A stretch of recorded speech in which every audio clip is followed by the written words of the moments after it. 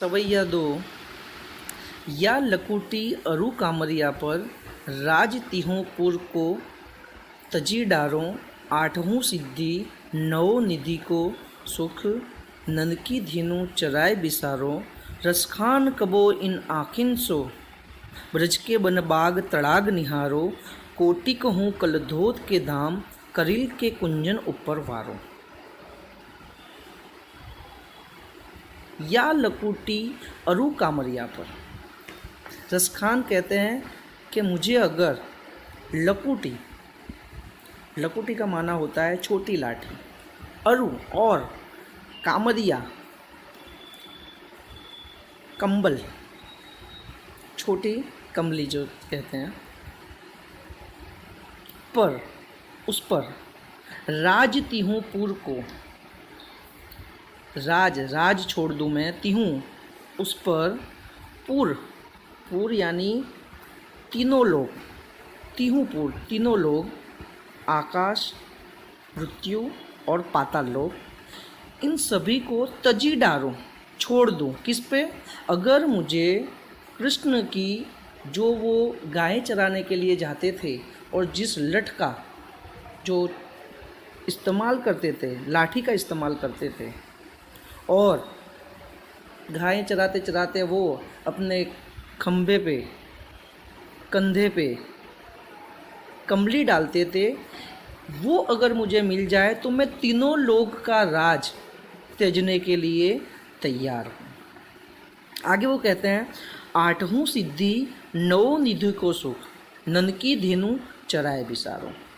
अगर मुझे ननकी धेनु, उनकी गायों को, नंद कृष्ण की गायों को चराने के लिए मिल जाए तो मैं 8 सिद्धियाँ और 9 खजानों का सुख को भी छोड़ने के लिए तैयार हूँ। यहाँ पे 8 सिद्धियाँ जो है वो भारतीय दर्शन शास्त्र के अंदर कहा गया है कि 8 सिद्धियाँ होती है। एक अणिमा, दूसरी लघिमा, तीसरी प्राप्ति, चौथी प्राकाम्य, 5वां महिमा, 6 ईशित्व, 7 वशित्व और 8 कामावसायिता। ये 8 सिद्धियाँ जो है, जो योग के द्वारा प्राप्त होती है, वो कृष्ण की गाय चराने के लिए वो छोड़ने के लिए तैयार है। और 9 निधियाँ, कुबेर के 9 खजाने माने जाते हैं। एक पद्म, दूसरा महापद्म, 3 शंख, 4 मकर, 5 कच्छप, 6 मुकुंद, 7 कुंद, 8 नील और 9 खर्व। ये सारे खजाने भी छोड़ने के लिए वो तैयार है। तो यहाँ उनका जो प्रभुमय कृष्ण के प्रति का जो त्याग भावना है, भक्ति भावना है, उसके हमें यहाँ पे दर्शन होते हैं।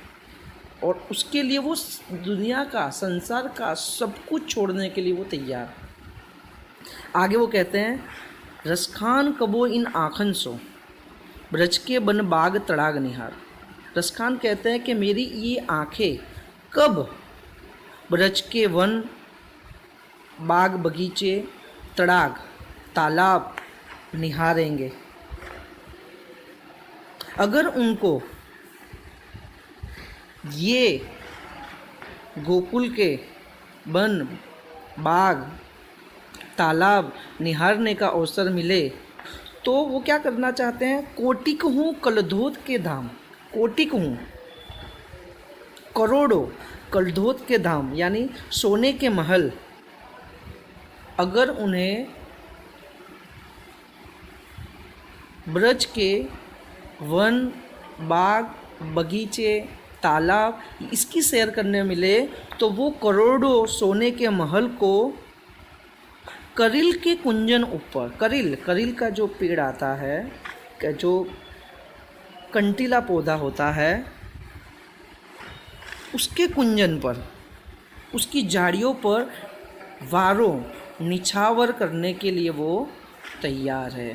तो यहाँ रसखान कृष्ण की लीला भूमि और कृष्ण से जुड़ी हर छोटी बड़ी वस्तु के समीप रहने की कामना करते हैं और उसमें उनका कृष्ण के प्रति निश्चल और पवित्र प्रेम छलकता है।